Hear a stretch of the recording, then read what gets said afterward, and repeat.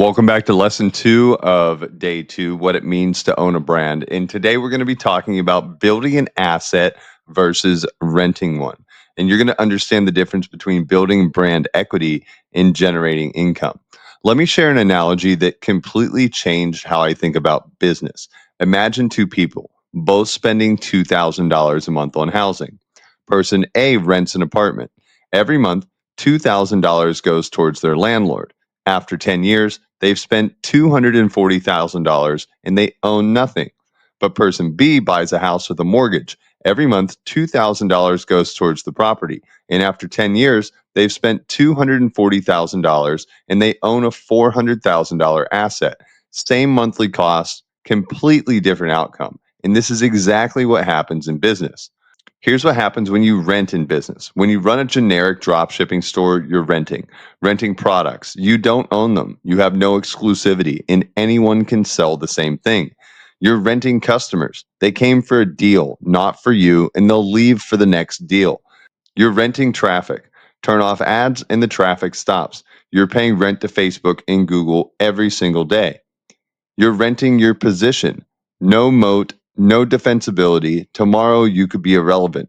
Every dollar you spend in a renting model is gone. It doesn't build towards anything. But when you build a brand, you're building assets, brand equity, recognition, trust, and emotional connection that appreciates over time.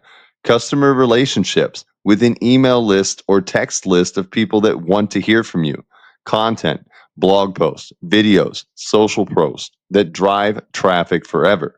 Systems, processes, and automations that work without you.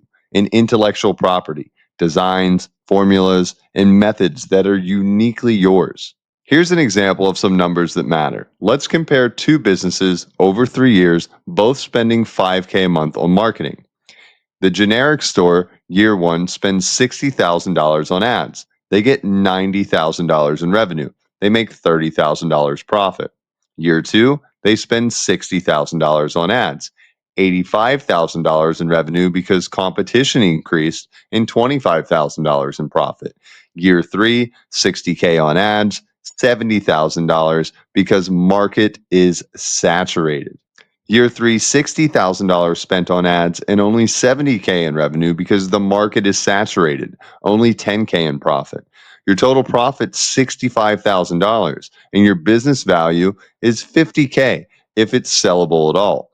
But with a brand model, year one, you invest $60,000 into a brand plus ads.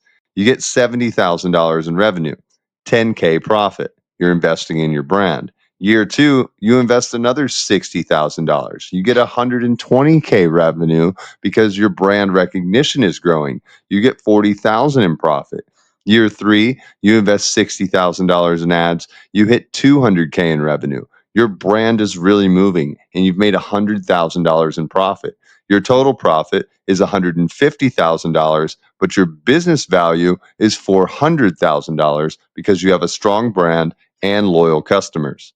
So here's a list of the 5 assets you should be building. Number 1 is your email list. Your email and SMS lists are the most valuable assets that you can build. You own it, and no algorithm can take it away. Your average value is going to be $1 to $2 per subscriber per month. Number 2 is brand recognition. Every time somebody sees your brand, you're making a deposit. Over time, this compounds into instant recognition and trust. Number 3 is your content library. These are your blog posts, videos, guides, social media posts. These keep working for you 24/7, driving organic traffic for years. Customer data. Understanding your customers deeply lets you serve them better and create products that they actually want.